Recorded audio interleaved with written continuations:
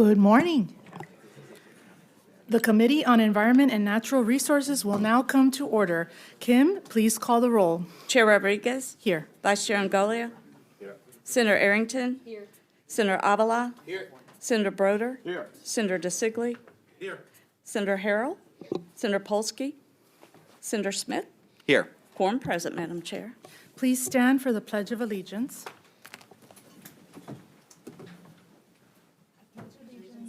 Flag of the United States of America, and to the republic for which it stands, one nation, under God, indivisible, with liberty and justice for all. Please silence all electronic devices. Anyone wishing to speak before the committee should complete an appearance form and hand it to a member of the sergeant's office. Should you select to waive your speaking time, your position will be included in the committee meeting records. Okay, yeah, so we're going to go ahead and switch the order because we have some members moving to different committees here. So we're going to take up tab 4 first, Senate Bill 200 on comprehensive waste reduction and recycling plans by Senator Berman. You are recognized. Thank you, Madam Chair, members. In order to understand this bill, I need to give you a little bit of a background of what happened.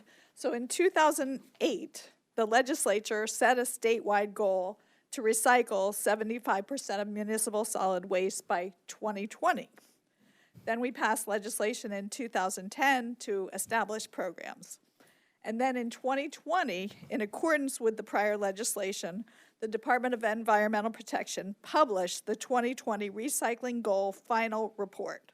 And what this bill does is it implements that final report.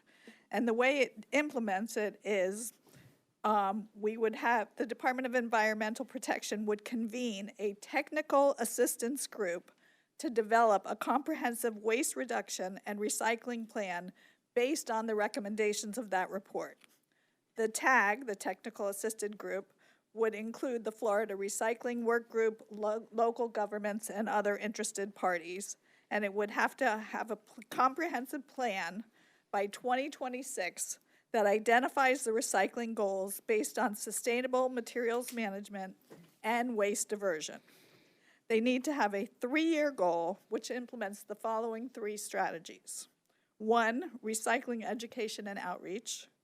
2, evaluating the challenges and benefits of the former state recycling and education grant program and providing recommendations for possible reinstatement. And 3, to develop and promote markets for recycling. Upon the completion of the report, they then need to give it to the President of the Senate and the Speaker of the House with the goals in the report. And that is pretty much the bill, and the bill will help move Florida back on track toward reducing the overall amount of waste produced through diversion of materials from landfills and implementing strategies to increase reuse and recycling. And that is the bill, Madam Chair. Thank you. Are there any questions on the bill? Yes, Senator Harrell, you're recognized for questions. Thank you very much, Madam Chair. And I was wondering, does the report include what the fiscal would be?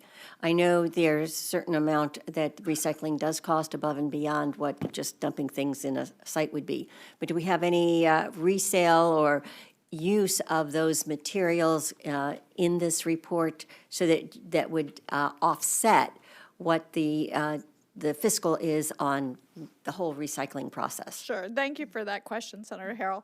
The third prong is to actually develop and promote plans for markets for the recycling materials, so that part of the plan, they would try and figure out what is the better market, how can we get more money, what are the materials that can be recycled. Thank you. We will be doing that. Any other questions? Okay, is there any debate on the bill? Appearances? Appearance forms? Oh, yes. Okay. Jared Grigas is going to waive in support with the Florida Association of Counties. Thank you. Kenya Corey is with National Waste and Recycling Association Florida Chapter, speaking for. You are recognized.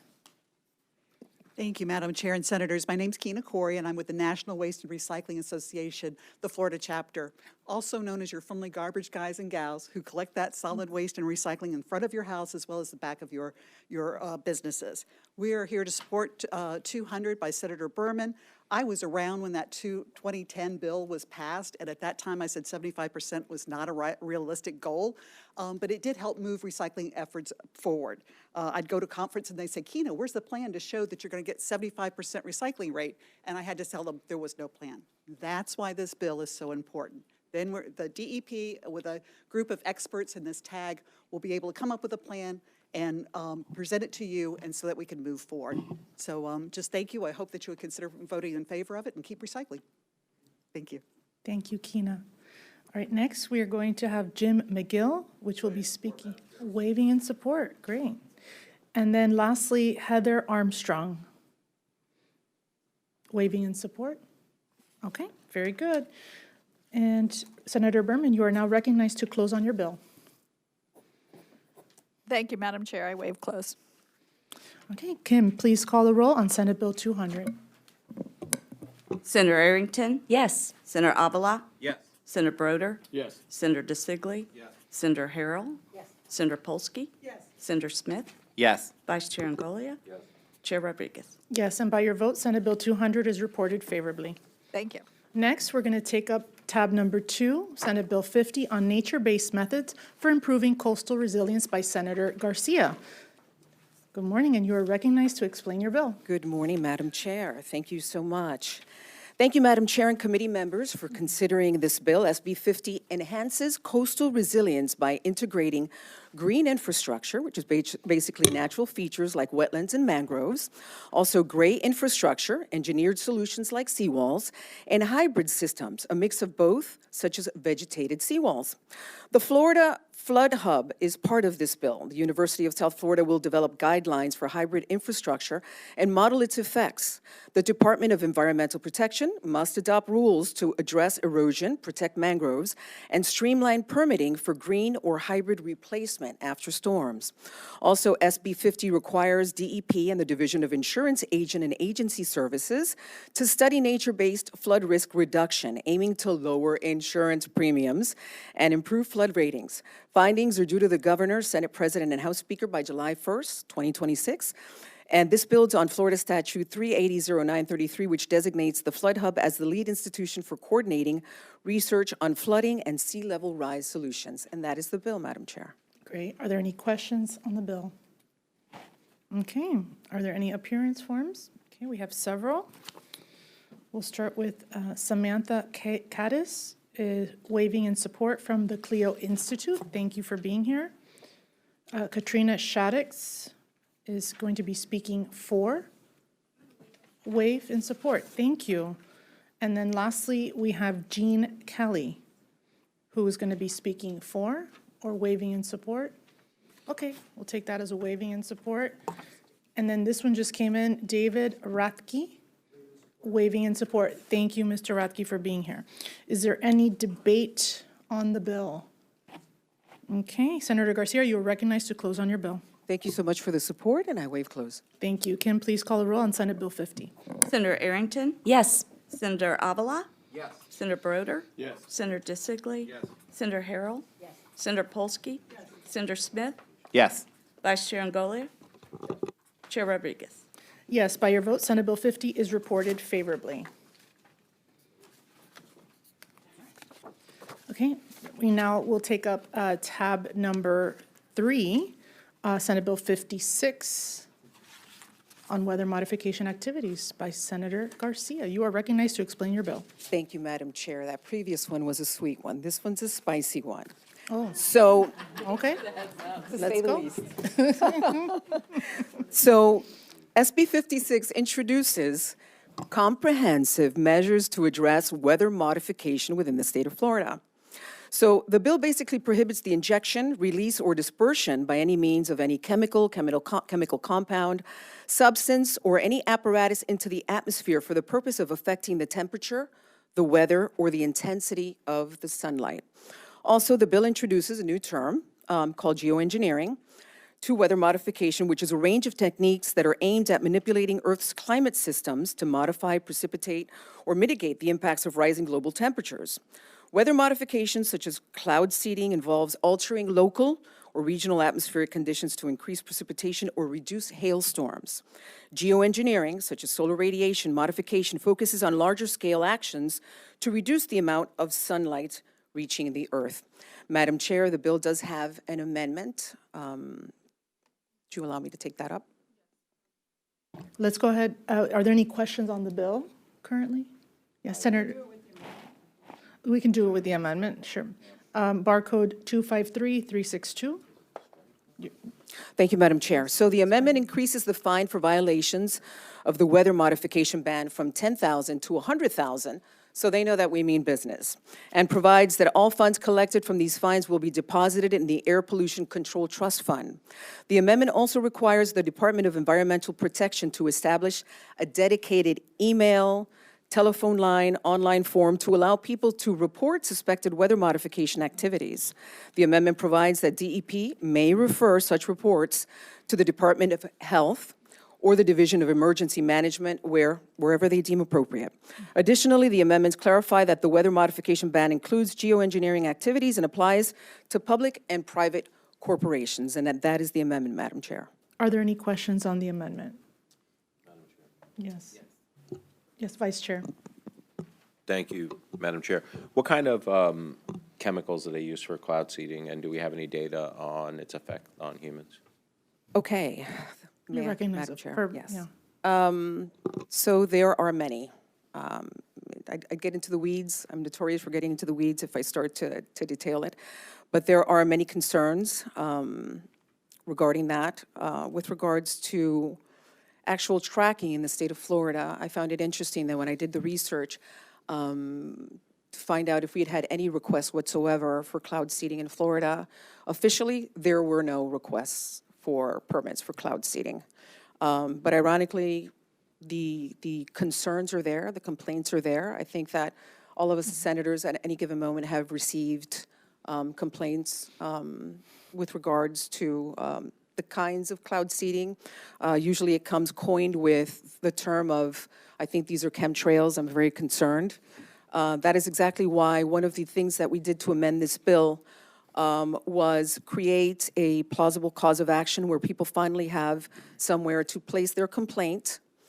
The Department of Environmental Protection vets the complaint and then decides whether they give it to the Department of Health for any type of scientific research, and if need be, mitigate it through the Department of Emergency Management Services.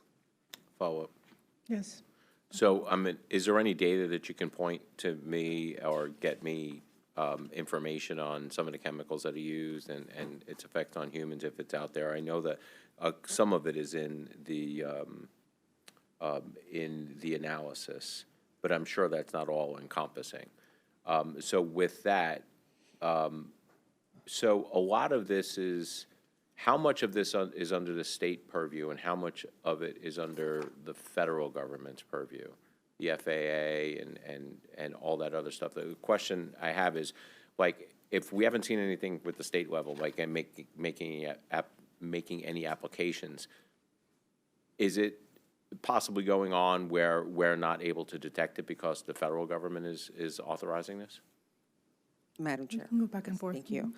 So I'm sort of hoping that Ellen can chime in. Ellen's been helping me with the research on this. I will tell you that, interestingly enough, one of the things that I found concerning and why I did a deeper dive on this is there isn't a lot of regulation on this. On the contrary, it's a huge loophole, and then there's a total lack of, I found, transparency and tracking with regards to this issue. I do know that recently, in 2023, the previous administration had started working on different projects mandating research and initial governance framework regarding solar radiation, but I didn't see a lot of structure and or any kind of regulation that the states can marry to the feds. When I went in to do research regarding previous permits via the federal government versus on the state level, I also found very, very little. I found very little vetting, very little restrictions, very little everything with regards to this. The concerns are there. As as Senator Smith and I were discussing today, the concerns are there. Some would call it concerns, others would call it conspiracy theories.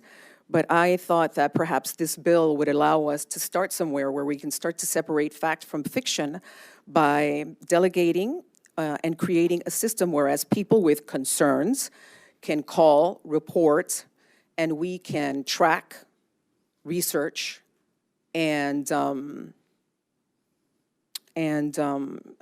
allow for, allow us to separate fact from fiction. We don't have a lot of regulations regarding airspace. We place a huge amount of emphasis on water quality control, and I think we should do the same with our air quality. And like yourself and other senators from both sides of the aisles, there have been concerns, and I'm consistently getting complaints from the central part of Florida with regards to strange activity, aircrafts. The terms that they use are dispersing chemicals that create condensation that they feel make their skies grayer. They aren't as blue as they should be. Some would say, oh, these are nothing but conspiracy theories. Well, they're concerns, and they obviously haven't been investigated. They just began to investigate them. And what I found very interesting in my research is just recently, even an entity like NOAA is one of the entities that are saying, listen, this is something that we need to take a closer look at, and not just anybody should be up there playing Raiders of the Lost Ark, deciding what they should or what they shouldn't be putting in our atmosphere. A lot of them with the concerns about too much sun, solar radiation, others with the concerns of weather modification. And so I thought it would just be best to enhance a law that's already been applied in 32 other states by adding the component of the Department of Environmental Protection, Department of Health with their scientific research, and EMS in order to mitigate any concerns. Last question, Madam Chair. Yes, you're recognized. So the question I have is, and look, I'll be honest with you, when people start talking about cloud seeding and stuff, I start, is that really a thing? And I was absolutely surprised to see it in current statute. I was actually shocked. And after reading it, I was like, okay, this is actually a thing. Mm-hmm. So the question is that, do you know, or I don't know if this is a staff question, or if anyone else coming up can answer this question, how did it originally get into Florida statute? When, how, was it, was the original reasoning, did it have to do with weather modification for the purposes of global warming, or did it have to do with an ag purpose? Like, how did it get in there? May I, Chair? Thank you. So my understanding is it started with ag. It started with agriculture, and it's been around for quite some time. If you Google it, there's a lot of information out there. I don't think that they had paid much attention to it. I think it had been just recent where it started coming up on both sides of the aisle, the political aisle, with regards to the climate change issue, and then those that were coming out and doing what they call climate intervention. And there are grave concerns with regards to any type of weather or solar modification. There's environmental impact, public safety, ethical considerations, lack of oversight. I see a huge lack of oversight. And then, public trust as a whole, for us to be able to have a conversation and say, well, my concerns are, versus being afraid to question and ask because you're going to be called a conspiracy theorist. So I don't know if staff wanted to add anything to that. Ellen, I'm good. You're good with that? Okay. And that's basically where I'm at. I would really like the bill to just close the loophole, create a mechanism where we can begin to track the complaints, the concerns, put it through the system so that it can be vetted scientifically, and if need be, also have it mitigated.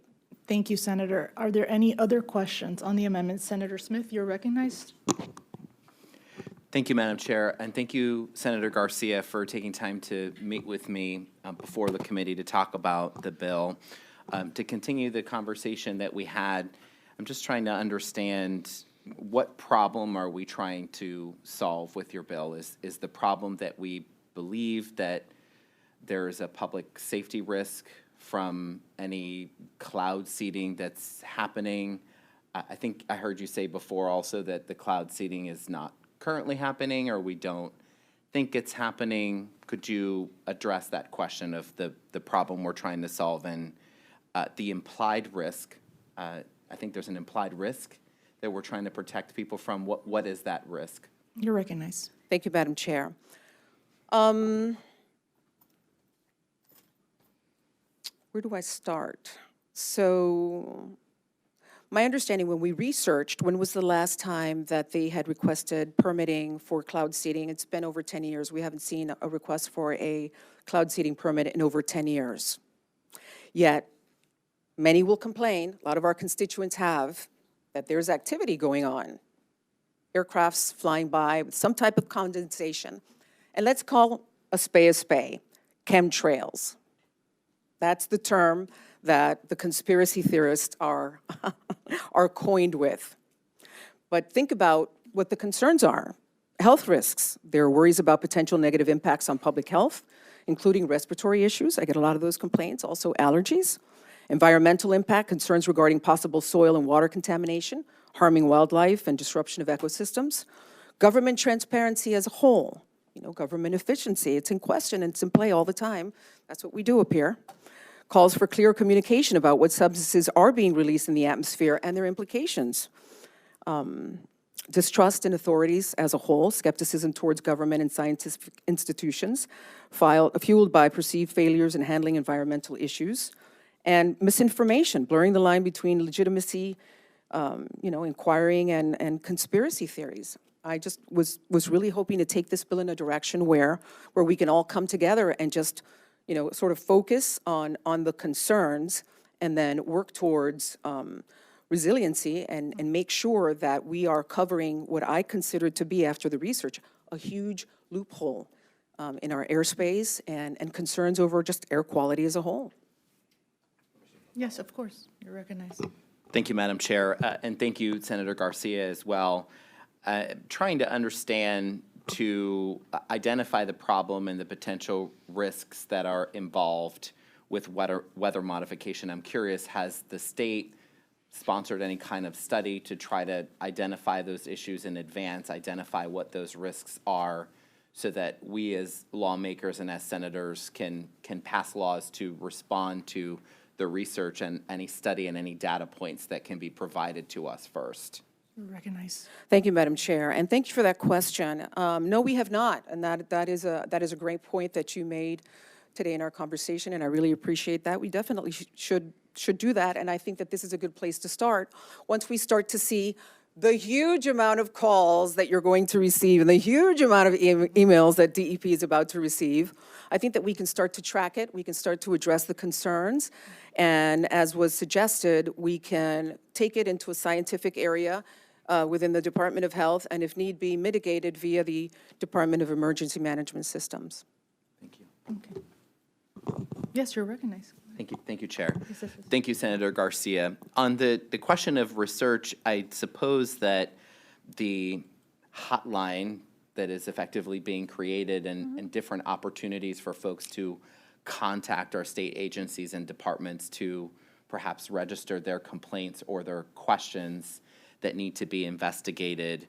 What types of things will they be investigating? Is this going to be a hotline where someone can call and they can say, for example, because I've seen it before as a senator too, where a constituent brings to our attention an aircraft has flown overhead, it's left a condensation cloud of some kind, and there are questions about what the condensation cloud is.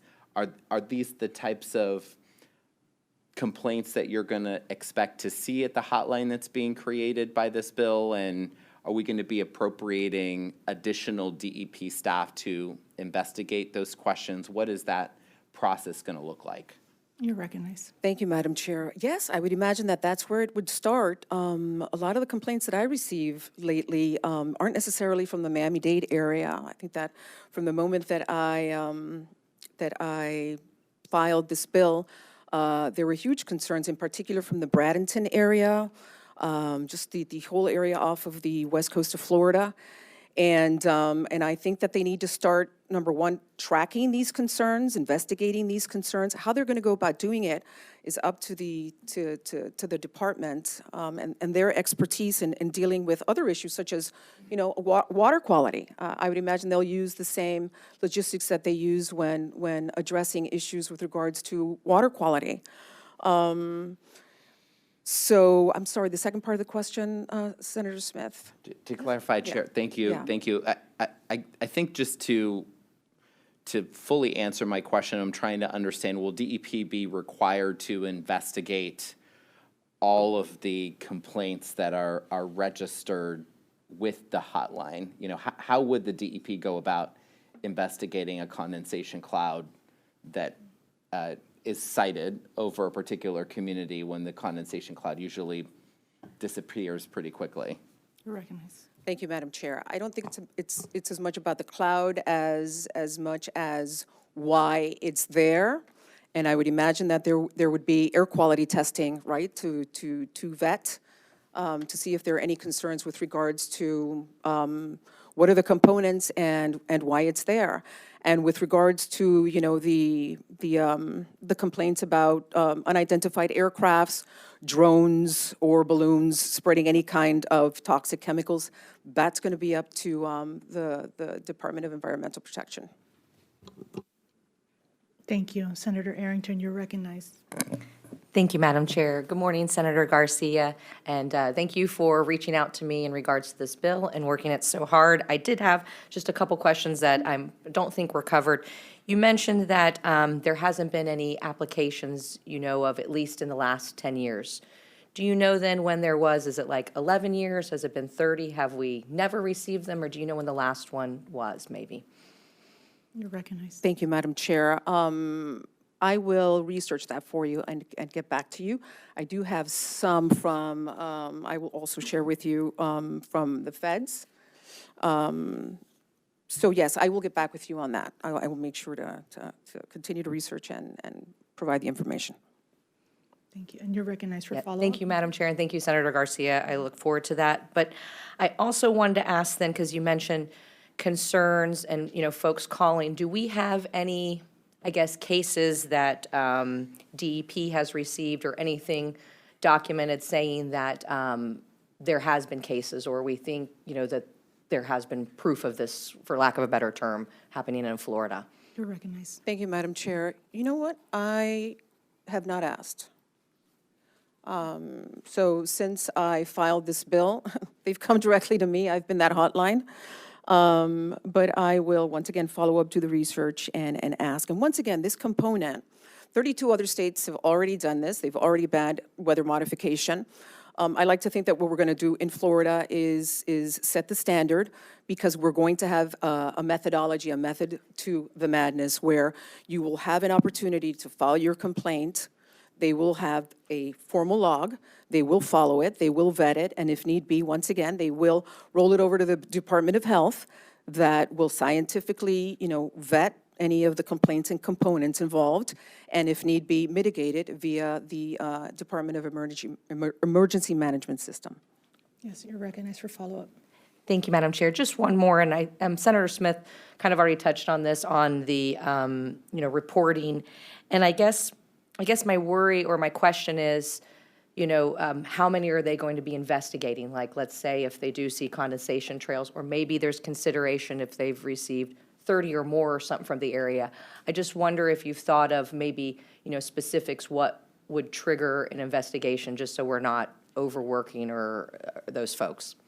You're recognized. Thank you, Madam Chair. Critical thinking tells me that they would find a common denominator in all of the in all of the complaints. I guess eventually, people working in the Department of Environmental Protection, sort of have a guide as to what is fact and what is fiction. Once again, I think there's a cause of action. If there's enough complaints, we should be investigating. How many? I'm sure there's going to be a lot. This is, if you think about it, this is new. Even the term that we're introducing in statute, geoengineering, that is something recent, but it is definitely something to be concerned about. Like yourself, I have a lot of questions, and I welcome questions. I think this is a work in progress, but I definitely think that this is something that we should be paying attention to, especially when it's regarding air quality. Thank you. Any other questions? Okay, are there any appearance forms for the amendment? No. Seeing none, is there any debate on the amendment? Okay, Senator Garcia, you are recognized to close on the amendment. We've closed. All in favor of the amendment, say yay. All opposed, say nay. The amendment is adopted. Back on the bill. No, one no, okay. Back on the bill as amended. Are there any questions on the bill as amended? Okay, yes, Senator Polsky, you are recognized. Thank you. How do you distinguish between exhaust from a plane that leaves behind, I guess that's what people call chemtrails, versus something that is, sounds like in a sinister way, geoengineered? You're recognized. Thank you, Madam Chair. So Senator Polsky, I want to stay away from us vilifying specific terms, because I think everyone is entitled to question and everyone's entitled to use terms to address concerns. In the case of geoengineering is something that is very real. The previous administration was working on it. It's married to solar modification. The specifics as to delineating what's the difference between condensation and chemtrails, I think is going to be left up to our scientists in the Department of Health. And that's specifically why I wanted to create this bill and in the way that we are trying to develop this bill, so that it isn't just another one of these bills that we moan and groan about and complain about and say, oh, we did this bill, but it really doesn't do anything. No, this bill comes with teeth, hopefully, whereas concerned constituents can call our Department of Environmental Protection, which are supposed to be the experts on this, and they can delineate fact from fiction, and then we can walk it through the process. Follow-up? Yes, you're recognized. You're kind of going back and forth between the Department of Health and DEP. Can you explain what role each play in this? Yes, you're Thank you, recognized. Madam Chair. Department of Environmental Protection takes in the complaints, vets it, depending on the concern. Let's say people are complaining about the quality of the air. They're complaining that it's foggier than usual. They're having some type of symptoms. It's given to the Department of Health, where they have, my understanding, a group of scientists that can go out and vet the complaint, test the air quality, and depending on the feedback, then we would ask EMS to step in to mitigate if necessary. Follow-up. We really expect the DEP to take in calls about people complaining about general air quality, whether it's pollution, fog, fire burning, and they're supposed to be able to handle all these calls? You're recognized. Thank you, Madam Chair. That's what they're there for. We do it with water quality. So I would imagine that their expertise would decide, what is a valid complaint versus just someone whining. Follow-up? Yes, you're If recognized. we're dealing with the atmosphere and space, it's kind of hard to tell which state the geoengineering is coming from. How do we figure that out if this is a state bill? You're recognized. Thank you, Madam Chair. I don't know. I'll think about it and I will respond.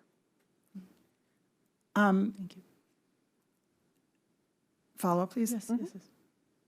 Since you've mentioned that you've been getting a lot of calls in your office, you can only imagine what might come down the pike if this bill were to pass. How will DEP handle the volume? Do you anticipate hiring more? Is there an appropriation associated with this bill? You're recognized. Thank you, Madam Chair. I will ask the Department of Environmental Protection how they are going to do so. Follow-up? Yes. Have you spoken with them prior to this? Are they on board with this plan? You're recognized. Thank you, Madam Chair. Slightly, not through me, through our committee staff. We were looking for the different options of where we could land this concern and these complaints, and we thought that there would be no better department than the Department of Environmental Protection that also monitors other such concerns, such as water quality, et cetera. Follow-up? You're recognized. Does the bill ban any kind of research or experimentation in the field of weather that we all know we might need some help with the weather events that have been hitting our state? You're recognized.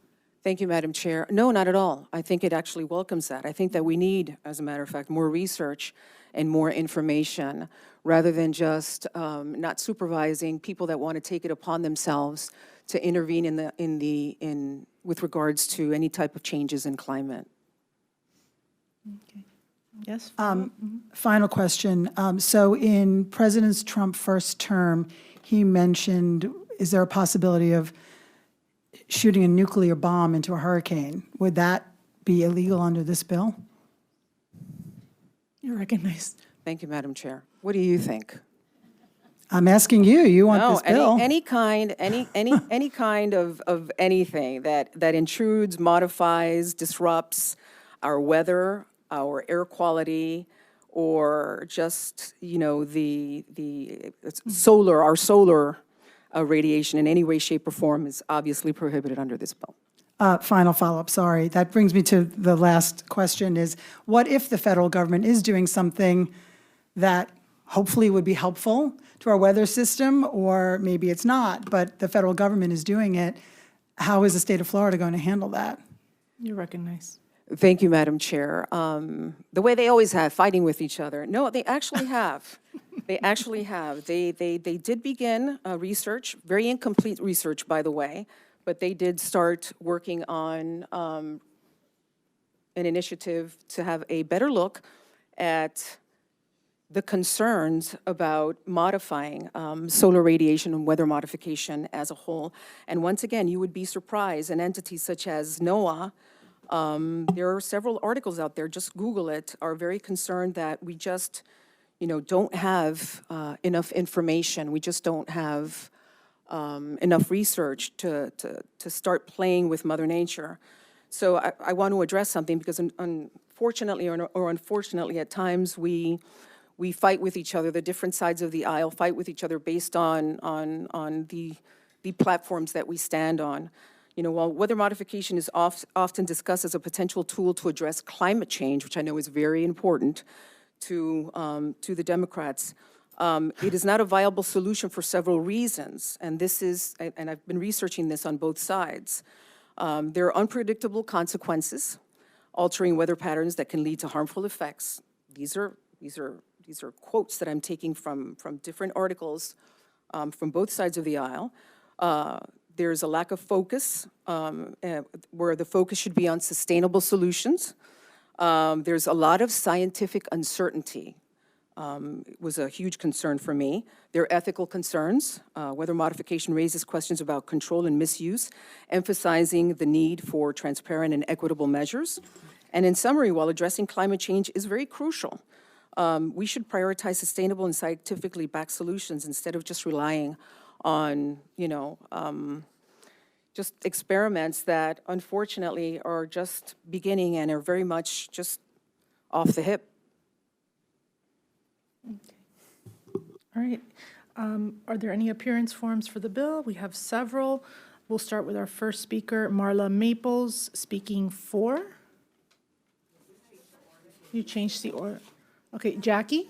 Jackie Jordan, you are recognized to speak for the bill.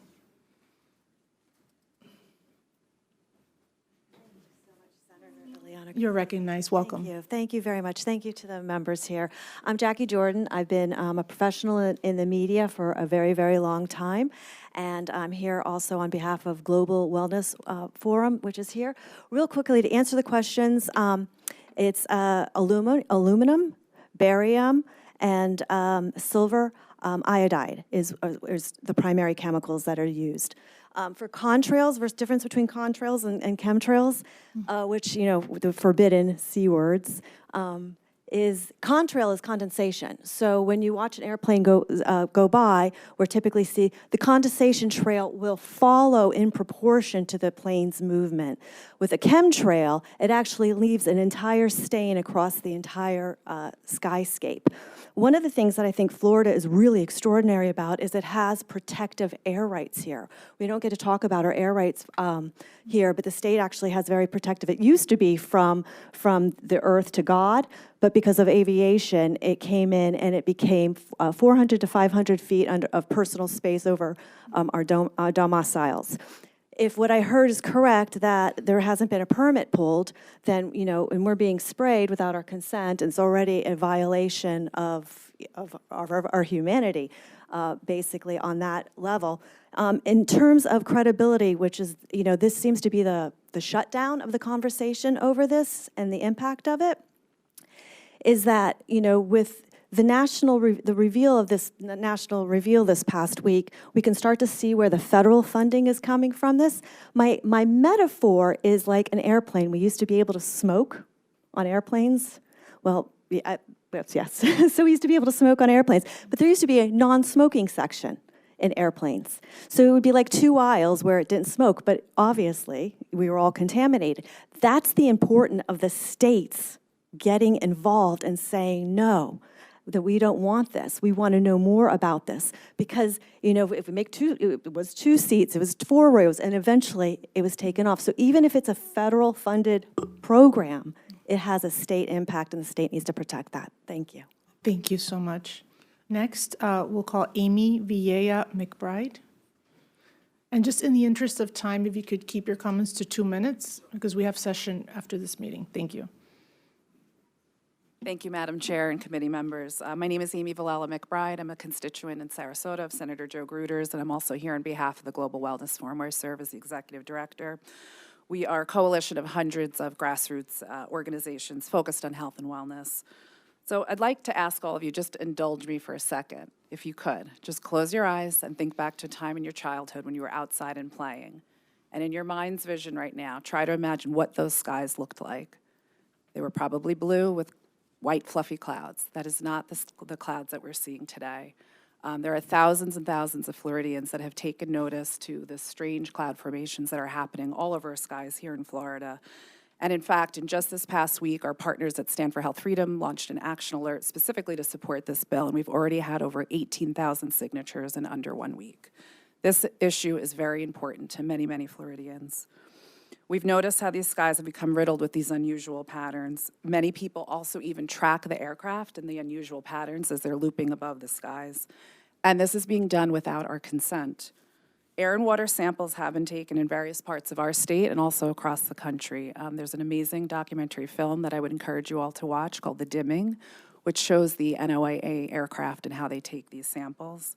And there's huge reason for concern. There's much scientific evidence if you were to watch that film. But essentially what we're collecting with those air samples and able to see is many heavy metals, so aluminum, strontium, barium, other particulate matters that are all toxic to our health. So there are severe negative health effects, specifically when it comes to neurological disorders such as Alzheimer's, dementia, and more. So this bill is important because we have the right as Floridians to breathe clean air, to have clean soil, clean agriculture, clean water. And we do not want these materials dispersed into our atmosphere. So I'm urging all of you, if you could, please vote this favorably out of committee. Thank you.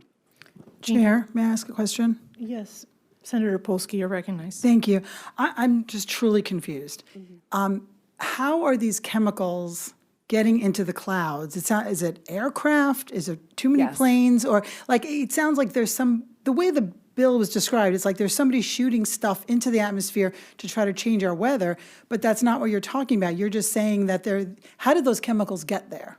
It's solar radiation management, so this is a form that they use to actually try to dim the sun. Again, I would encourage you to watch this documentary film. You would see a lot, but it is coming through aircraft. May I go back? You're recognized. When you say they are doing solar dimming, if that was the language you used, Who is they and what are they doing? Well, I think that's the important of this bill, so we can start to track it and have transparency to find out who exactly that is. Is it state-level contractors? Is it federal-level contractors? I don't think we actually know that. And I think that's the point Senator Garcia has made, that we're not seeing the permits put forth for this. So this bill will help us create that transparency and accountability that we need to better track this and have that understanding. Are you saying that regular passenger aircraft are No. causing this? So Typically not. I still don't understand how this is being done. They're typically contracted flights. So who would want solar dimming?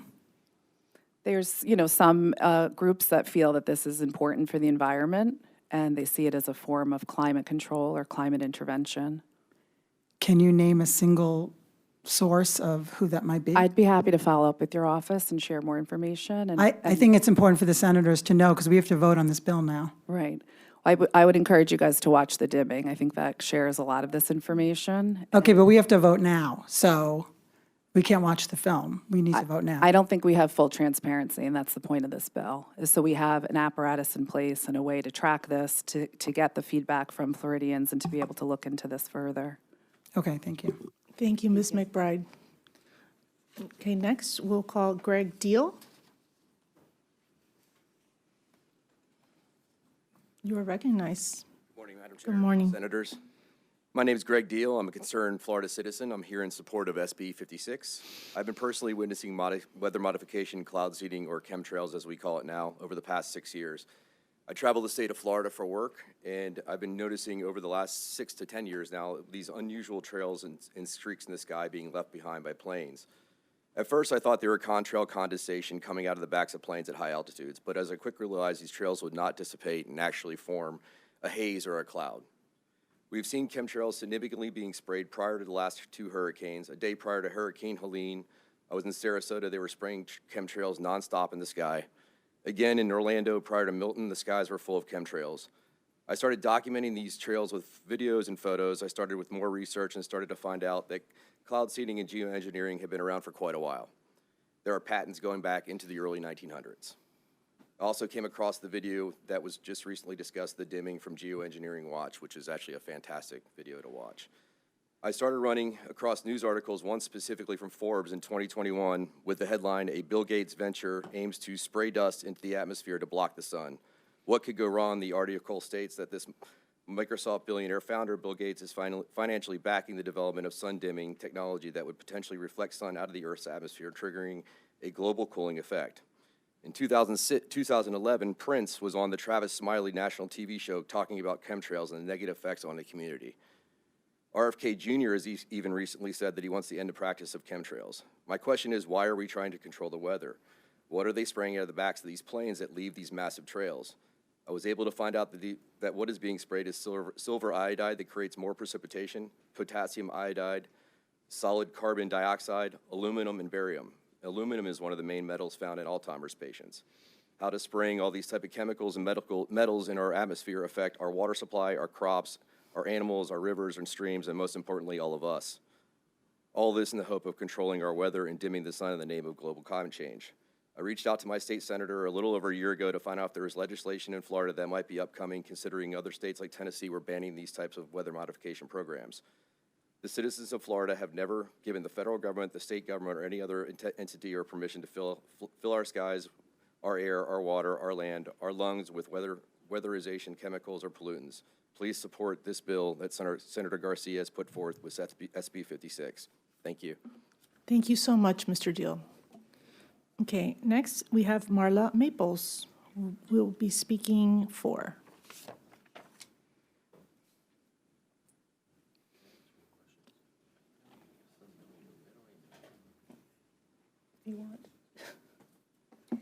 Hello. Hello, Honorable good morning. Secretary and everyone, good morning. Thank you so much. Fellow Floridians, I'm an actual Floridian now. I grew up in the mountains of Georgia, playing and running through the streams and having such freedom, being able to live in that environment and just enjoy and appreciate all the gifts that God's given us. And spent a lot of time in Tennessee also, So as I'm watching what's happening now in the last few years, it's been very disheartening, seeing the rise in Alzheimer's and Parkinson's, on the diseases that are affecting chronic diseases for our youth. So I decided to start digging a bit more, and I found that in the beautiful state of Tennessee, Congressman Monty Fritz had pushed forward this bill. It's the first state. He is a pioneer and a brave warrior for the good of humanity by pushing this bill forward in Tennessee. And that's why we want to go state by state and help protect our other beautiful states in this United States of America from what we see is happening. It's not about who is doing this, it's about understanding why and then following up, because we need to know, because I care more about humanity than I care about political positioning. And I think for all of us now, we have children, we have grandchildren, family and friends. My daughter's about to have a baby. I want to know that I've done everything I can within my grasp of life to at least dig deeper, have people like you, you know, Ms. Polsky, right? And all of you here to support looking deeper, listening to the people, 18,000 emails in like a week and a half of people that are genuinely concerned. And this is a position where I would love to see my home state be one of the first ones to say we really care enough about the people, the environment, the farmers, the food supply, to really have a positive impact on saying we care enough and we're going to dig deeper. So let's move this bill through so we can look deeper and find out the best solutions for all of us.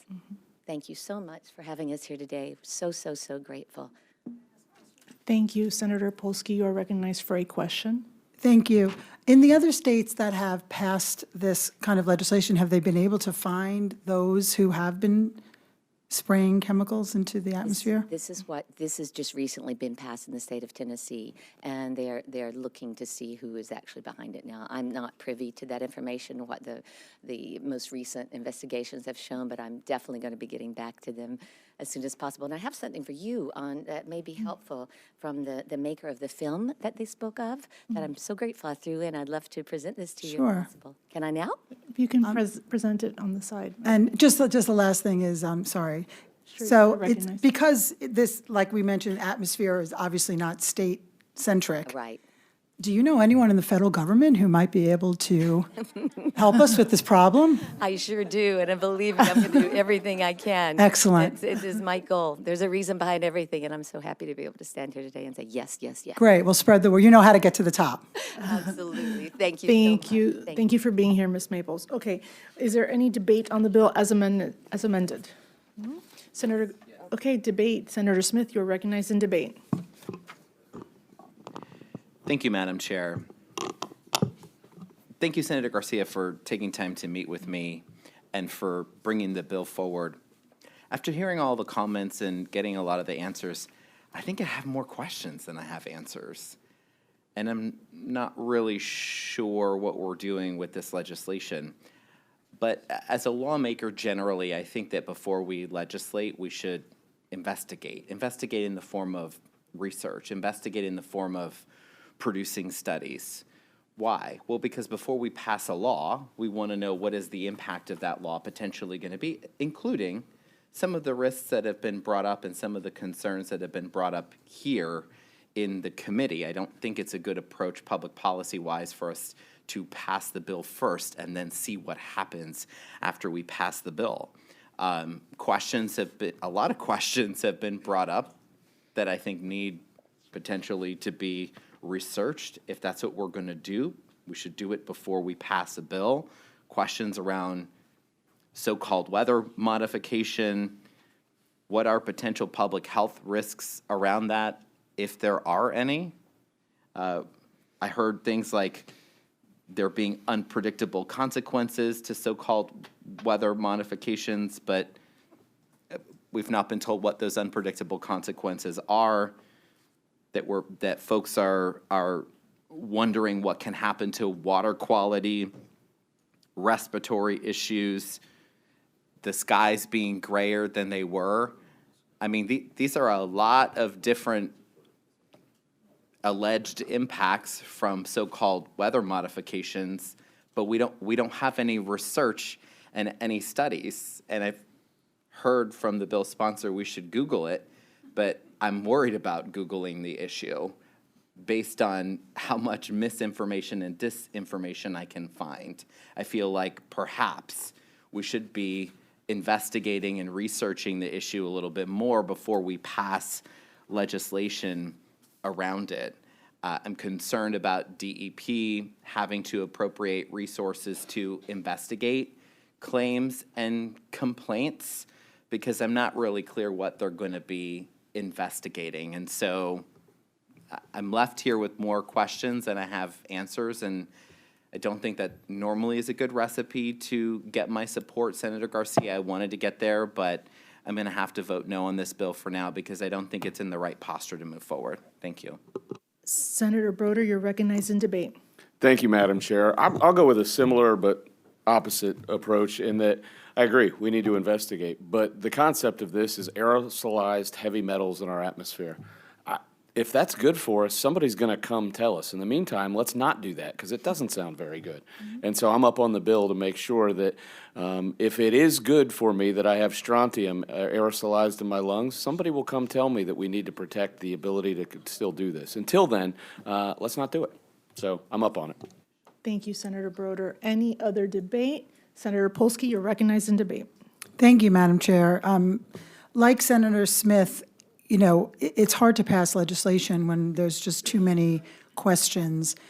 I feel like this is not ready for prime time. There hasn't been enough coordination with the agency that is supposed to be monitoring this. You mentioned at least 3 agencies. We don't know how they're going to man the phones. If 18,000 people wrote emails and to agree to a petition, I can only imagine the phone calls that this agency is going to get, and then what's going to happen to all the other things that they're already required to do. I do not sit here today and say I want chemicals in our atmosphere. Of course not. I have children too. But I don't think this is the right vehicle. Whenever a constituent proposes an idea to me, I always say, should it be legislated, or should this be done in another format?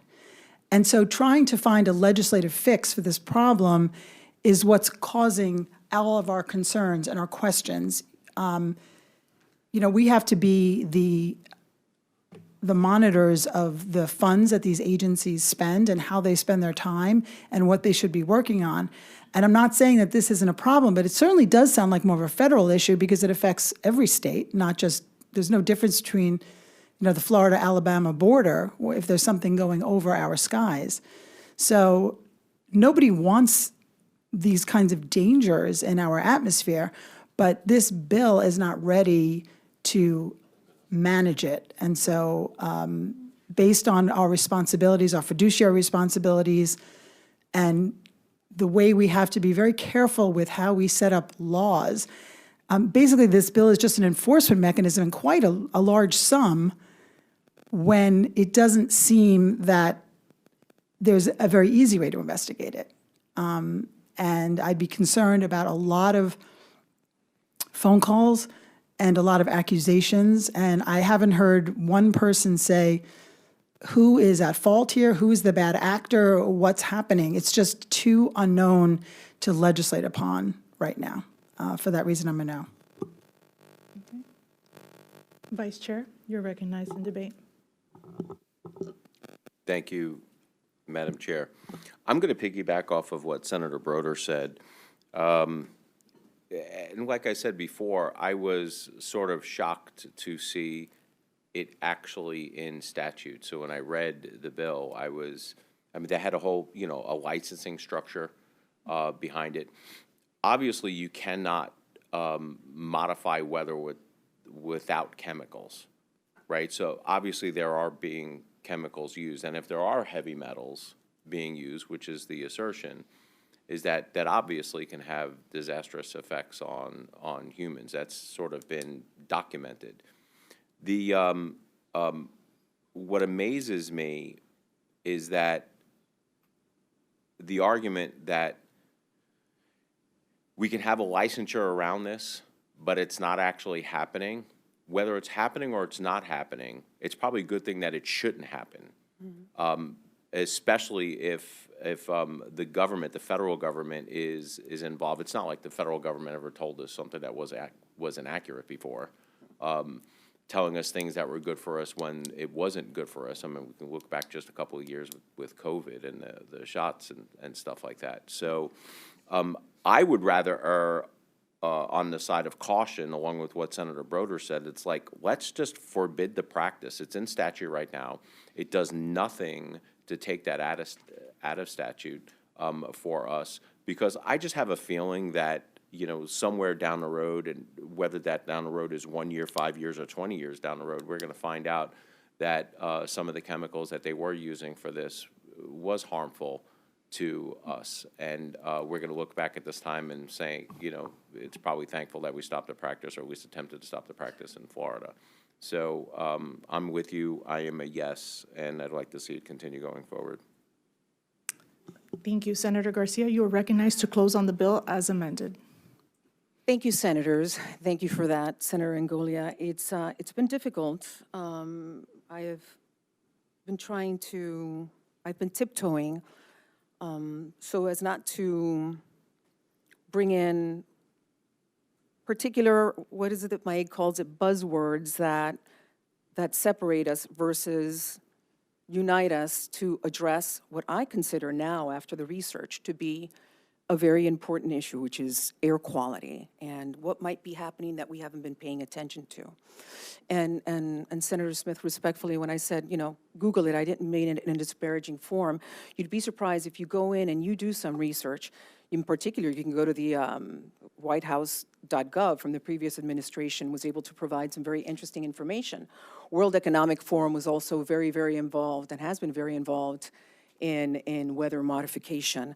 With regards to what Senator Polsky had previously asked, I do have some logs from the federal administration, from the U.S. Department of Commerce, which works with the National Oceanic Atmospheric Administration. And you'll find that these are very vague, they're very vague reports, but then their thought mechanism and their process to just allow anyone to go and just spray in the name of solar modification is concerning. You've got one in particular called Make Sunsets Incorporated that did it from May 2023 to January the 8th, 2024. And then that, if you go in and you look for that and you Google their names, you'll find a very interesting article about the same people that are concerned with regards to climate change, saying we need to stop. We need to stop. It can't be just anyone going up there and playing with Mother Nature. We need to make sure we know who is up there, what they're doing, and prepare ourselves for the worst kind of consequences. I think that this bill is ready for prime time. Perhaps I shouldn't have been the one sponsoring it. I get very anxious when I need to prepare a bill. I'm a perfectionist. I think that this bill versus the 32 other states that ran a similar bill has a thought process behind it, taking in the complaints, regardless of how many there are going to be, tracking it, and giving some validity to it by working with the Department of Health that has scientists that can either confirm and validate the concerns, and then another thought process which rolls it over to EMS, which would mitigate and help us be proactive versus reactive when confronting any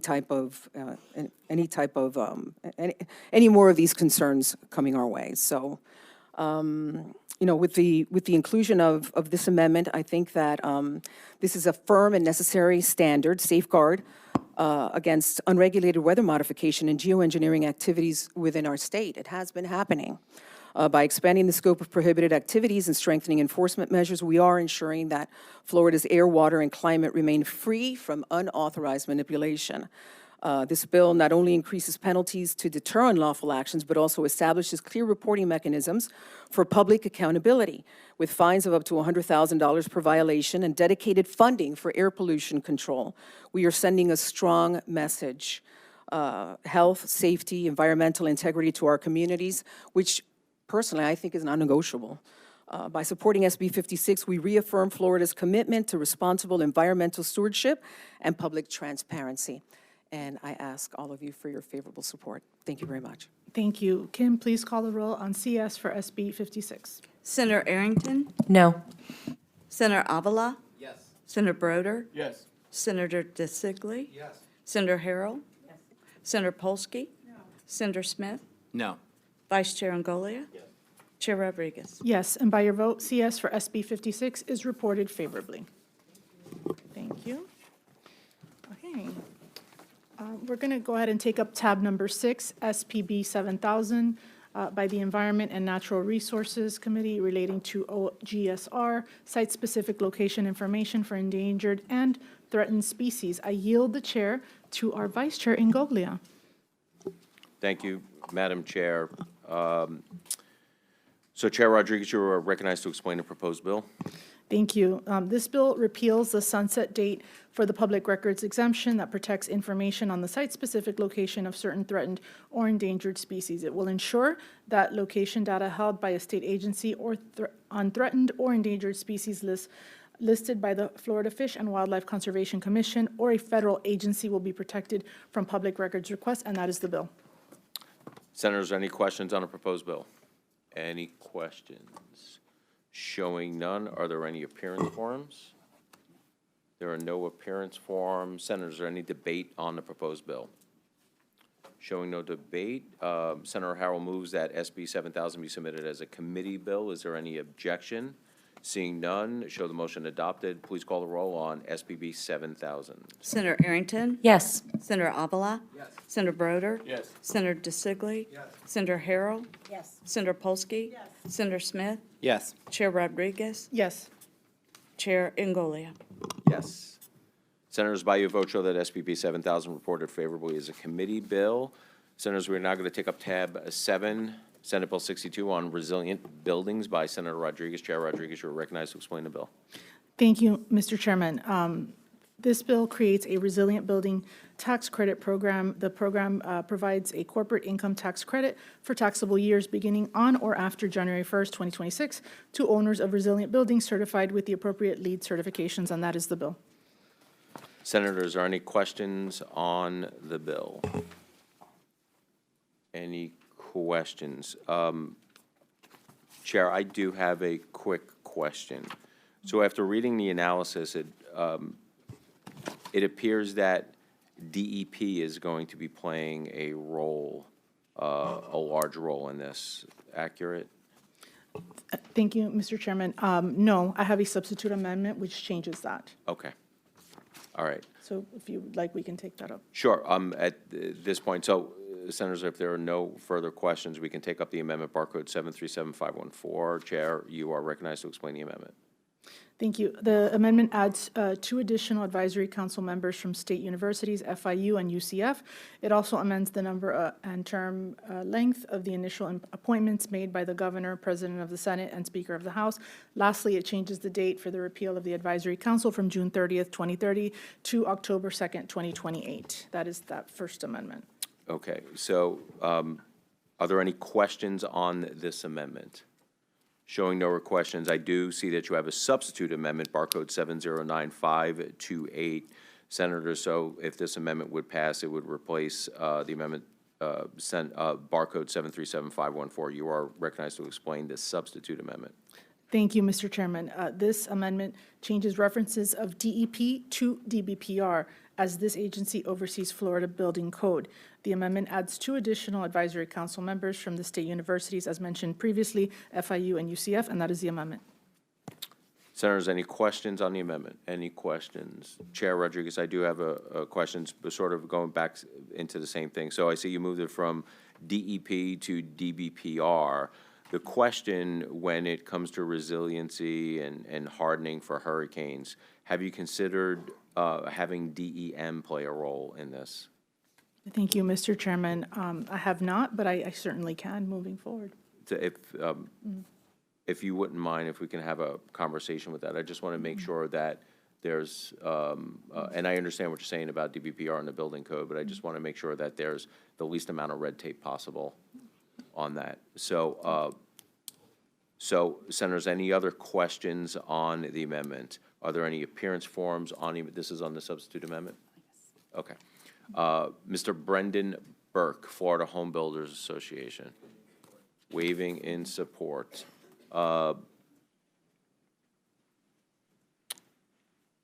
Is that a C or B? Sorry, I'm going to butcher this. Buckley Magdalene? Is that? Bill. Oh, that's on the bill? All right, so this is on the substitute amendment? Yes, that one's on the substitute. Or both of these on the bill? Gotcha. Sorry about that. On the substitute amendment, Samantha Caddis? Waiving in support? Okay. Are there any other appearance forms on the substitute amendment?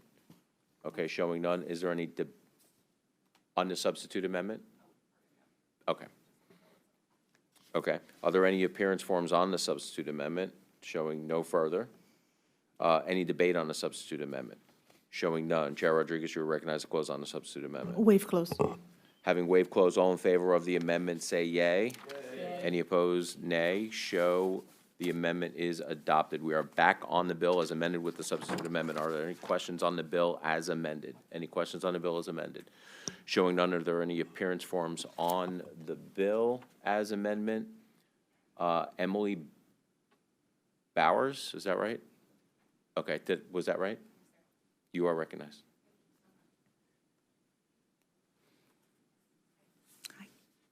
Good afternoon, Madam Chair. Turn the microphone on. On the bottom left. Bottom of the mic. Thank you so much. Is that better? Yes, you're recognized. Good afternoon, Madam Chair and committee members. I appreciate the opportunity to speak with you all today. My name is Emily Bowers. I'm the Senior Director of State and Local Affairs at the Green Building Initiative. The Green Building Initiative's mission is to reduce climate impacts by improving the built environment. And we do that primarily through a certification known as Green Globes. Now, Green Globes is very prevalent within the state of Florida. We have certified over 52 million square feet of commercial and multifamily property here in the state. And we're recognized in policies from Delray to Jacksonville. So we really care a lot about the state of Florida and the work that you're doing. While we're supportive of the mission and intent of the bill and really appreciate your leadership as a climate advocate, Senator, we ask that the language be amended to include Green Globes alongside LEED. Green Globes has been deemed a rigorous and equivalent certification alongside LEED by the federal government since 2013. It's cost efficient, vetted by industry on an ongoing process every 2 years, and most importantly, it incorporates a resilient distinction. The certification listed, LEED, does not have a resilient distinction. In fact, the upcoming re-release of LEED, which is V5, will acknowledge resilience. However, it does not at present, and we have no date and time for when that will be released. So right now, Green Globes is doing all of the work to make sure that there is resilience criteria within our certification so that we are making our buildings better and more efficient. We believe in a free market structure in Florida, and we know that by adding Green Globes to Senate Bill 6.2, we can support the goal of having a building stock that can sustain and recover from adverse events and adapt to long-term changes.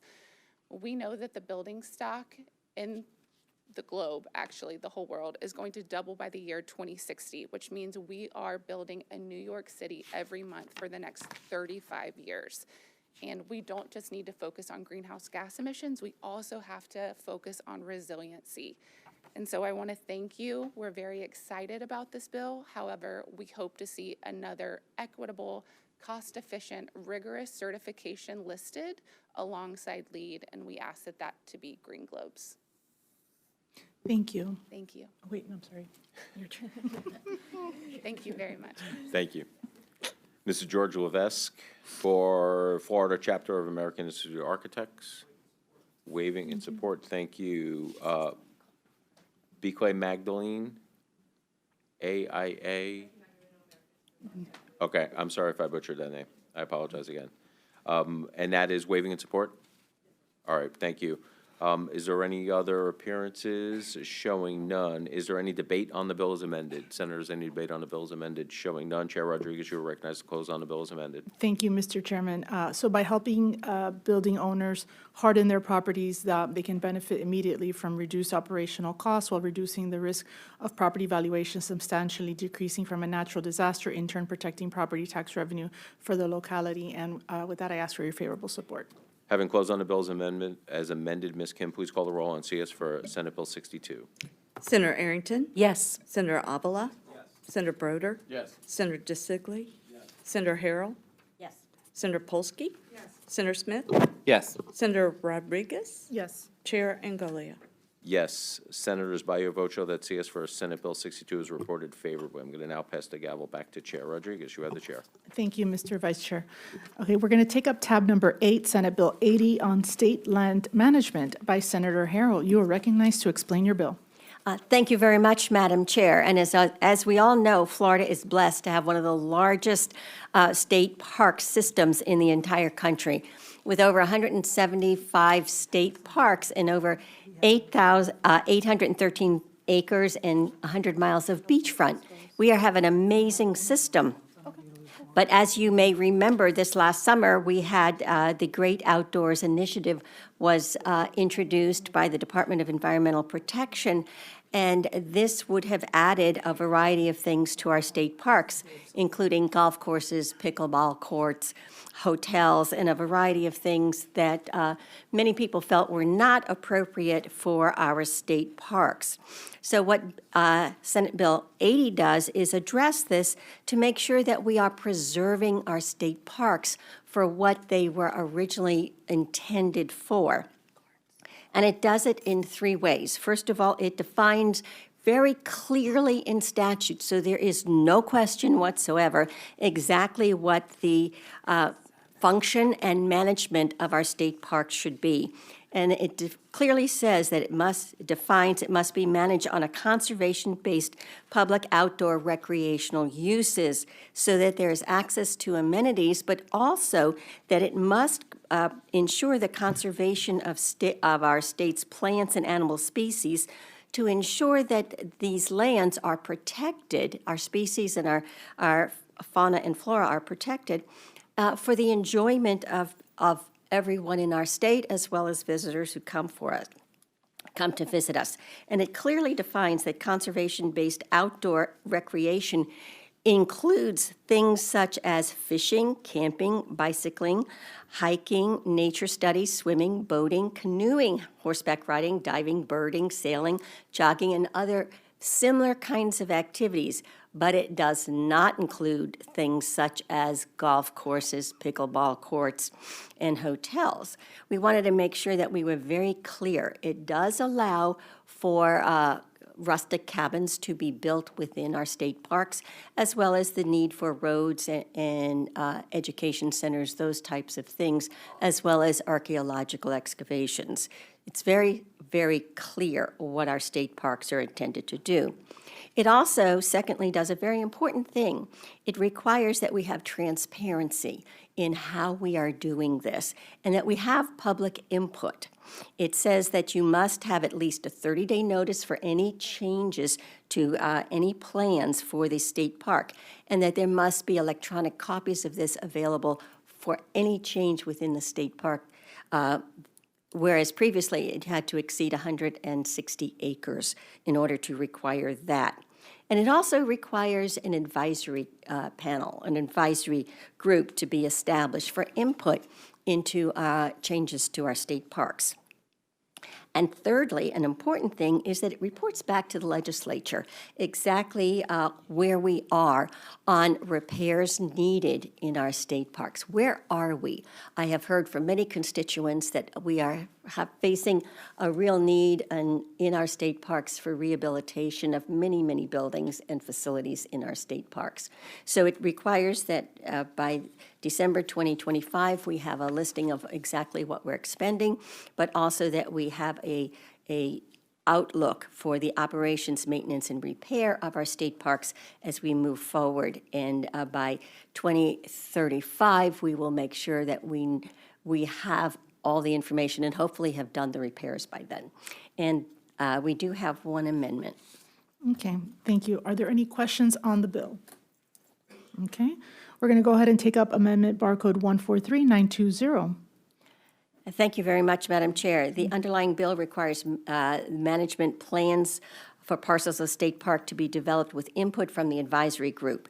The amendment would also require input from the advisory group when land management plans for parcels in state parks are updated. So not just when this is for any update. It also removes language that might have prevented the operation of the Wakulla Lodge, since we already do have one hotel within our state parks, and it removes any possibility that we're misinterpreting things, that pre-existing lodges are not included in this. And it also has a couple of drafting errors in it. So this takes care of that. Thank you. That is the amendment. Thank you. Are there any questions on the amendment? Okay, are there any appearance forms for the amendment? Okay. Is there any debate on the amendment? Okay. Senator Harrell, you are recognized to close on the amendment. Waive close. All in favor of the amendment say yea. Yay. All opposed say nay. The amendment is adopted. Back on the bill as amended. Are there any questions on the bill as amended? Okay. Are there any appearance forms for the bill? We have several. We'll start with Jackie Jordan speaking for or waiving in support. Okay. Amy Villea McBride speaking for, I guess waiving in support. All right. Oh, wait, this is the same as, no, sorry. Give us 1 second. Here we go. Samantha Caddis. Samantha, you are recognized. Waving in support. Thank you. Gil Smart, Friends of the Everglades. Speaking for informational purposes. If you could keep it to 2 minutes or less, because we have session after this. Good morning, committee members. My name is Gil Smart. I'm Policy Director for Friends of the Everglades. We were founded by Marjorie Stoneman Douglas in 1969, and we're headquartered in Stewart. We were involved last summer in this state parks issue, spoke at a rally in Stewart regarding Jonathan Dickinson State Park that drew several hundred people.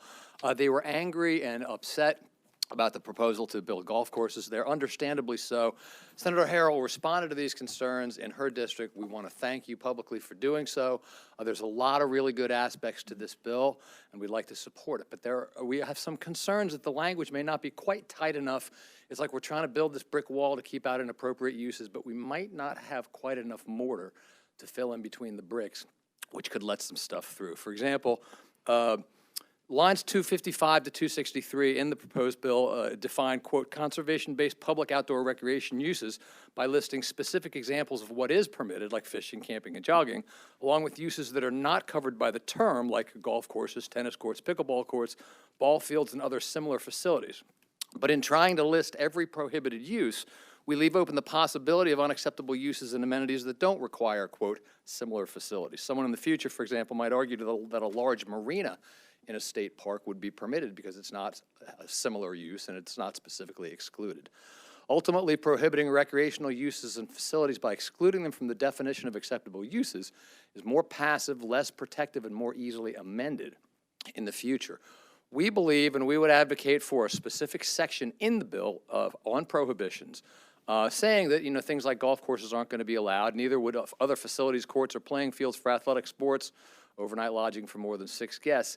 And this is key. We would also propose that any other uses or development activities, including the building or alteration of structures which may cause a material disturbance to the resources of the state park, be prohibited. This is the crux of the issue. This is the hinge upon which all this swings.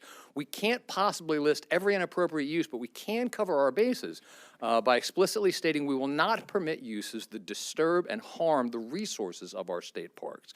This is more explicit and protective, and this is what those people protesting in Stewart last summer and around the state were asking for. Thank you. Thank you very much. Next, we have Jean Kelly, Florida Native Plant Society. For informational purposes, you're recognized. Thank you. Again, Eugene Kelly, President of the Florida Native Plant Society. I agree with the position stated by Gil speaking before me. I would just like to take a moment and point out we greatly appreciated the senator's filing of this bill.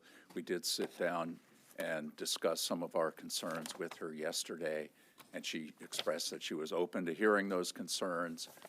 We developed some new draft language for your consideration, which Mr. Smart just described.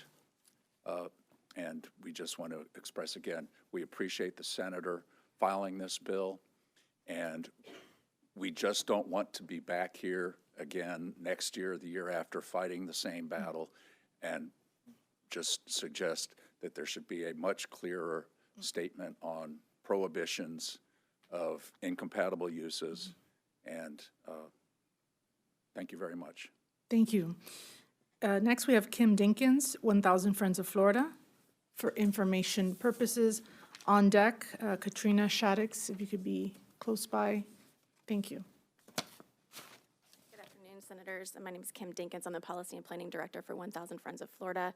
We are a nonpartisan, nonprofit organization that advocates for land and water issues and land use planning throughout the state. Yesterday afternoon, a group of 70 organizations, including 1,000 Friends, sent a letter to Senators Harrell and Bradley, thanking them for this good bill, which is the response, as she mentioned, to this massive bipartisan outcry over the summer.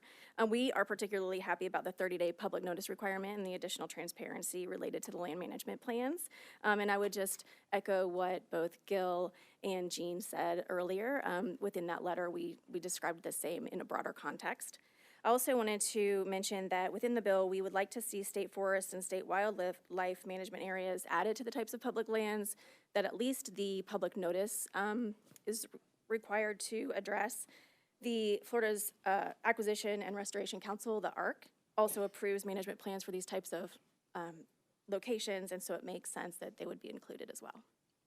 Thank you very much. Katrina Shaddix, you're recognized to speak for, followed by Elizabeth Albee, and then Kareem Golden.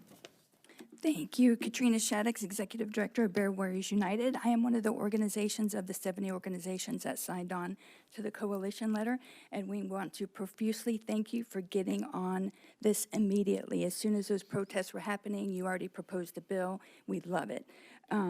We want to make sure to add, there's 6 specific things that we're concerned about, that if we could add those in there, it would close the loophole and be this amazing bill that I know everyone wants it to be. The previous speaker spoke of some of those issues. The one I'm most concerned about, because my organization protects wildlife and their habitat, is, and we can get y'all a copy of that letter if you need it, that has the 6 things. The specific bullet point I am concerned with would be to include language to remove references that encourage developing disturbed areas. Such areas often have the potential to provide important wildlife habitat and other ecosystem services when appropriately restored, and many land management plans include restoration of areas in their management goals. Specifically, remove the phrase "and using disturbed upland regions to the maximum extent practicable." And like I said, we can get you all copies of the letters. I appreciate you doing this, and I hope you all vote favorably on this bill to move forward. Thank you. Elizabeth Albee, you're recognized, speaking for.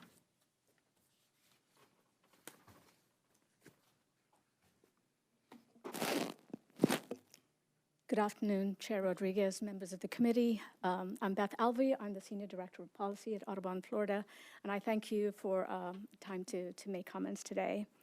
Audubon is Florida's oldest conservation organization, and we have a very long history of being champions of Florida state parks. A little bit of history that we're very proud of. We were founded in 1900 in the fight to save Everglades wading birds from extinction, and in 1916, we helped create the Royal Palm State Park. That is Florida's very first state park. And this protected area went on eventually to become the core of Everglades National Park. Over the years, we have continued this tradition of advocacy for our state parks, from leading the charge on everything from stopping construction of power lines through Mayaka State Park to stopping the surplusing of state parks in 2011, and last year driving an avalanche of bipartisan opposition to proposals to build golf courses and hotels and sport courts in our 4-time gold-winning state parks. State parks protect Florida's most scenic landscapes. They safeguard our resources and often preserve some of the last and best remaining rare habitats and views in our rapidly urbanizing state. The groundswell of support we saw for them underscores the importance of our state parks to our economy, to our culture, and to our communities. We are grateful to Senator Harrell for filing Senate Bill 80. Senator Harrell recognized the need to provide some guardrails for the park's current management plan update process. And this bill ensures the transparencies and opportunities for participation that Floridians expect, and it draws a bright line between uses that are and are not acceptable or appropriate for these vulnerable places. So we thank you, Senator Harrell, for meeting with us yesterday and for your good amendment today. We and our 44 grassroots chapters across the state look forward to working with you, Representative Snyder, and House and Senate staff as this bill evolves. So thank you very much. Thank you, Ms. Albi. Next, our last speaker, Kareem Golden, waving in support.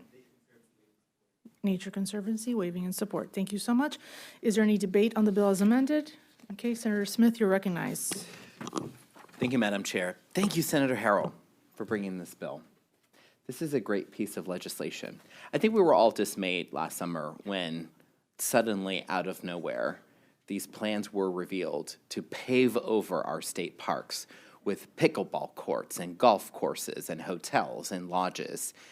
You are right when you say that is not the purpose of our state parks. Florida is a beautiful state.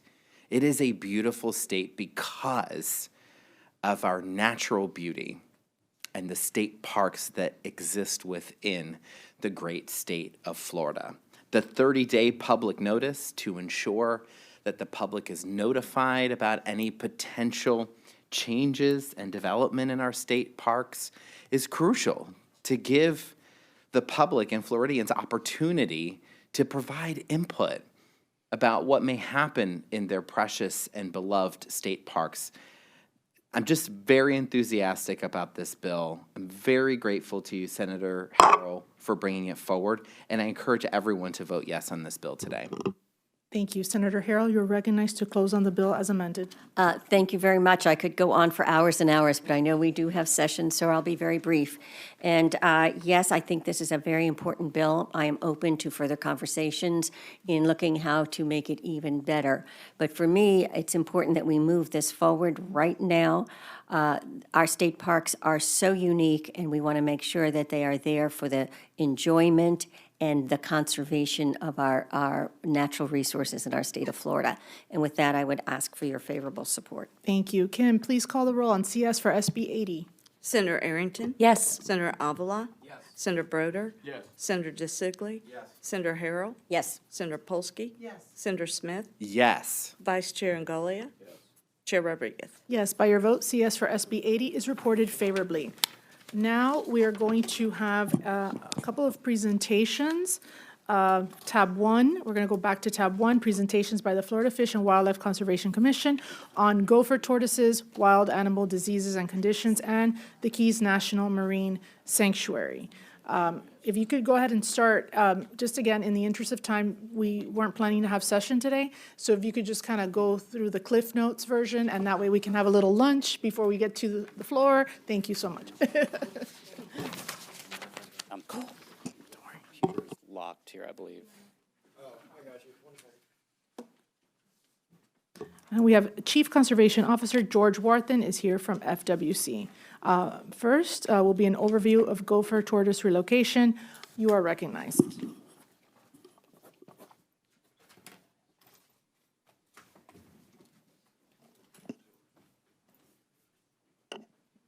Thank you, Madam Chair and Senators, and I'll begin speaking as we get this loaded up. I know we're short on time. So thank you for the chance to speak with you about these important issues today, beginning with gopher tortoise relocation. As many of us know, gopher tortoises are an iconic species in Florida. They're found in all 67 counties of the state. They're long-lived, slow to mature, with many of them exceeding 60 years in age. Gopher tortoises are obligate burrow dwellers, meaning that they require burrows to survive, and our gopher tortoises provide protection. Those burrows provide protection in extreme climate, fire, and from predators. It's really important to note here on this slide is that burrow provides protection and habitat for some 350 plus other species.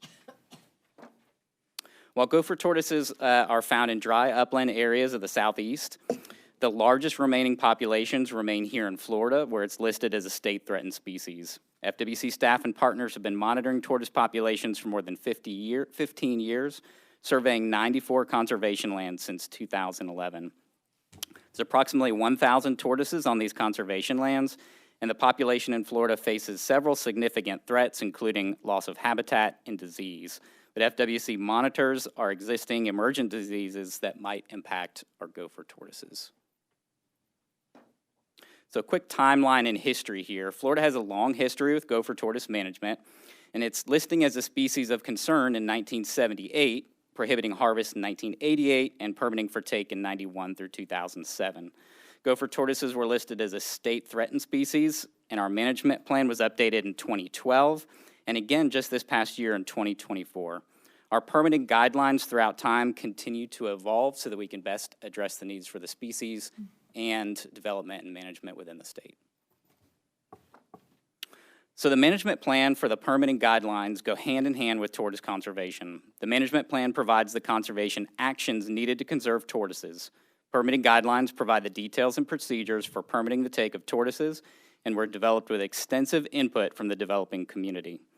So relocation is a significant component of our permitting guidelines, and in cases where habitat remains, relocation on site is highly encouraged. And if no habitat or minimal habitat remains, then tortoises can be relocated off-site.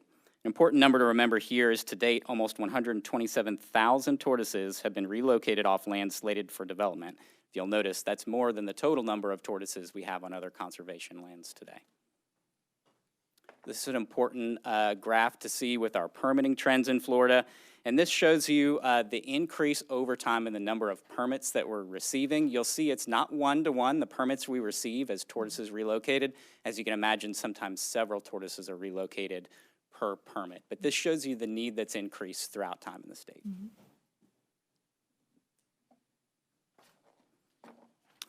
Conservation permitting for developing lands. When lands are being developed and there's not suitable habitat remaining on site, that's when we issue permits for off-site relocations. This process is described in detail in our permitting guidelines. The process also requires a reservation at a recipient site for a number of tortoises to be relocated based on surveys of the site. Recipient sites are permitted areas that have been set aside, usually on private lands, and protected through easements to provide high-quality habitat for our tortoises. Although 2/3, about 66% of the permits issued are for off-site relocation, close to 85% of all tortoises are relocated off-site. This is ensuring adequate numbers of high-quality recipient sites are a program priority as well. So a quick look at recipient site program. Program success is dependent on recipient site availability.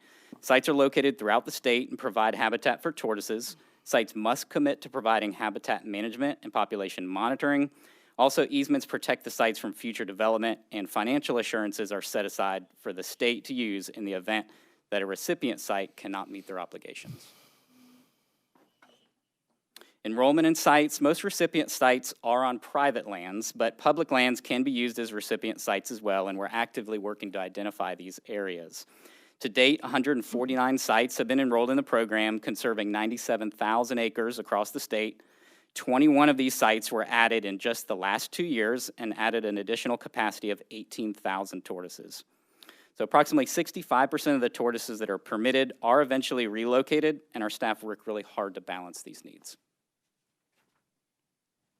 Current conditions for our recipient sites, all the stats are here for you, and so I'll just hit on those highlights. It's really important to see that 26 new properties have come on board. We're looking at a new capacity of 16,000 tortoises on top of our existing capacity of 23,000 tortoises. You can see that's 153 properties that are in pre-application. This is vital for us to make sure that there are lands to put tortoises on, and this also helps with the economics of this being a market-driven program so that we can make sure those prices per tortoise are appropriate, but not reaching these astronomical numbers that, you know, we could see without those lands. So improvements that we've done, our guidelines are updated constantly. You've seen we've done 11 revisions of these over time so we can make sure that we're meeting the needs of tortoises and also the public. We're working on a new public lands evaluation so we can identify those needs, a new permitting system to make this easier and expedite the process for folks while still protecting tortoises. And again, we're adding capacity anywhere we can to contribute to this valuable program. Happy to take any questions. Great presentation. Are there any questions? Okay, seeing none. Is there any discussion? Okay, thank you so much. Next is a presentation on disease investigation and surveillance. All right. Once again, try to expedite this for you while we hit the key topics.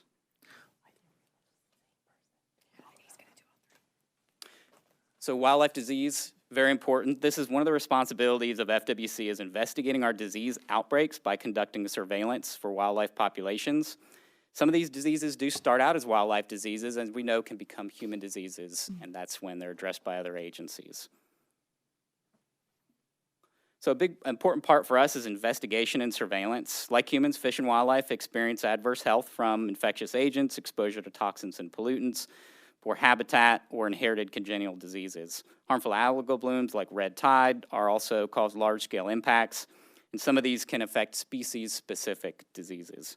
Biggest thing here is investigation of fish and wildlife disease and die-off events is complex, primarily due to the obtaining fresh samples, which is why we're going to talk about a little later the public participation that's vital in these responses. I want to touch on a few of the main diseases you might be hearing about recently. Chronic wasting disease is one that you've probably heard of in the news that we discovered here in Florida a few years ago. At its core, this is a prion disease. It's caused by a misfolded protein, so not a living organism, and that prion, that protein, can live in the environment for many years. So this is a chronic disease. It takes a long time to develop. Incubation, as you can see, can be 18 to 24 months. The deer here in this picture would be an example of advanced symptoms of this disease. It's always fatal. It results in lesions of the brain that lead to weight loss, confusion, and coordination. Eventually, always death. There are no cures for this, and so managing the disease is vitally important. This is the distribution of the disease that we know of. This is actually outdated already from putting this presentation together. A case was just detected in southern Georgia, about 30 miles north of the Florida border. And so we're working with Georgia to address that as well. But the key to know here is this disease was found, as you can see, the cluster in the western part of the United States. This disease was identified in the 1960s. It's been around a long time. We can see that it's expanded through the west. It's new and emergent in the last decade through the southeast. Florida, as I mentioned, we just detected our first case recently, and we've been working hard to address its impacts. So far, that is still the only positive case that we've found in Florida. That initial case we found, as you can see here, was found in northern Holmes County, about 7 miles south of the Alabama border. We have practiced for many years, FWC, FDACS, and other agencies, our response for CWD. We enacted that response when the disease was detected, and as I mentioned before, we have not detected another case, which tells us this is low prevalence. We caught it in time to manage the disease. We've set up, as you can see here, a management zone that sets regulations to keep the spread from moving for the rest of the state. We're continuing to work with the public and our partners to make sure that we can manage this disease and work with all the parties that it affects. I'm going to jump over to feline leukomyelopathy. That's a tough one to say, so we'll call it FLM for the rest of this presentation. This is a disease you've heard about recently as well, probably, but we first detected this in 2017, and we haven't had a continued amount of a lot of cases, so that's a positive sign. As you can see, we had 26 confirmed, 75 probable cases since then. This is a disease mainly infecting young juvenile panthers and then also bobcats. The bobcats we're finding may also be adults at times. Challenges with this disease, as you can see here, that most cases, we only find out about them years after exposure. It's very difficult for us to address these types of diseases. We know that most likely this is caused by an environmental toxin, whether that's natural or an unnatural causes. We're still working to determine that. When you have neurological diseases like these, and we'll talk about one in the next few slides for fish as well, they're typically caused by those environmental factors. They lead to other conditions that expand on the disease, and so we're still working to determine this. The biggest thing is to continue our research and working with the public so that they can inform us when they find these cases, and we can continue to work with our partners to try to determine the cause. Similarly, moving over to the fish side, many of you heard of spinning fish that was first reported to us back in 2023. The spinning fish term was brought because the fish seemed confused. It's another potentially neurological disease for fish and one that we're learning about. We didn't see mass die-offs, mass fish kills from this. They seemed isolated. As fish moved into cleaner waters, they seemed to have recovered from the disease. The biggest impacts that we saw were distress small-tooth sawfish. And so we're continuing to monitor that. And let me see if that's on here. That shows the scope of the event. And so you can see it's in an area where our sawfish are critical. We had more than 50 sawfish confirmed as fatalities or mortality events. And so we're continuing to research that with our partners. This has tapered off. We have not seen this continue, but we want to be aware to be able to address it in the future if it does come back up. Sawfish are very important here in Florida. One of the things we learned is hopefully this showed us that we have a lot more sawfish than we anticipated, but nonetheless, we can't afford to continue to lose sawfish in those numbers. So as I mentioned before, we know that these, no evidence of infectious diseases. This looks like it's likely from toxins from an algae. We're trying to identify exactly what those are, how we can address those in the future. Vital to this are our working groups. You can see the partners listed here below that we are working with to address this disease. Thank you to the legislature for providing funding last year for us to accelerate this work, and we'll continue to provide updates as they become available. Last but not least, what's critical in this response, to wrap things up, is our citizen science. We wouldn't know about these wildlife diseases in many cases if they're not reported to us. And so for us to be able to get out information so the public know what they're seeing to report back to us is vital. And so you can see our hotlines here. We always urge the public and anybody to report anything. We'd prefer it turn out to be nothing, but the quicker we can address these diseases, the quicker that we can stop them from spreading throughout Florida. Thank you. Any questions? Discussion? Okay, and then the third presentation is on the Florida Keys National Marine Sanctuary, which is in my district. Yay. You are recognized. Thank you.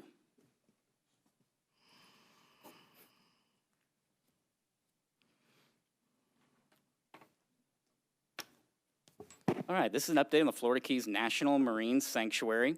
And so I want to share a little bit general background. As most of you probably know, the sanctuary is currently 3,800 square miles that spans the entirety of the Florida Keys. On January 17th, 2025, the Marine Sanctuary released its Restoration Blueprint Final Rule and Management Plan. This stage represents a culmination of many, many years of working between the service and the Florida Fish and Wildlife. Right now, we're in this 45-day consecutive day review of Congress, and working with the governor's office. I'm going to talk about that in a little more of the future slides on where we're at in this process. So you can see here on the map, as I mentioned before, the vastness of the marine sanctuary spans the entirety of the Keys, largely in state waters. You can see the overlaps in these maps, but there's federal water overlap as well as national parks and other areas that are vitally important to Florida. So as I mentioned before, we've been working on an agreement. Right now, we're in the 45-day window where the blueprint has been released. Florida Fish and Wildlife, many other agencies are working to get to a landing zone that works for everybody on this. The governor's office has the availability to veto any of the issues that we are not able to agree on. So we're in that window and working right now. Some of the continued disagreements are listed below. Without going into every single one of these issues, I'll say that most of these, I believe, can be resolved, and they deal with states' rights versus federal rights, and the availability for our legislature, for the governor's office, for our state agencies to engage at the highest level in those state waters. And that really is at the crux of all of these issues. Happy to provide details on any of the issues that folks would like more information on. So also, during this process, we're looking at 5 agreements between the state and the Marine Sanctuary. These are 5 existing management agreements. All of them are currently outdated and need to be updated.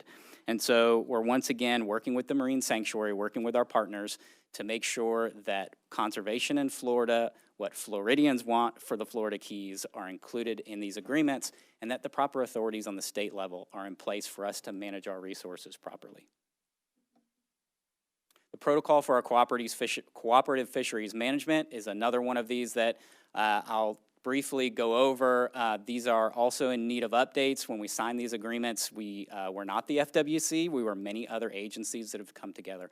So that outdated language has caused some of the confusion that we've worked on to get to where we are today. So once again, we're working on all of these issues, and I can provide further information on these as we work with the governor's office during this 45-day window. March 3rd is that deadline. And so we are making progress, but we are also standing firm on what we have heard from our Florida residents on what they want to see in the resources. And that concludes my presentation. Excellent job. Thank you so very much. Any questions, discussion? Nope? Okay. Seeing none, does any senator wish to be recorded as voting on bills before the committee today? Is there objection? Seeing none, show the motion adopted. Is there any other business before the committee? Senator DeSigli moves we adjourn. Is there objection? Seeing none, motion adopted. Lunchtime, yes. Lunch.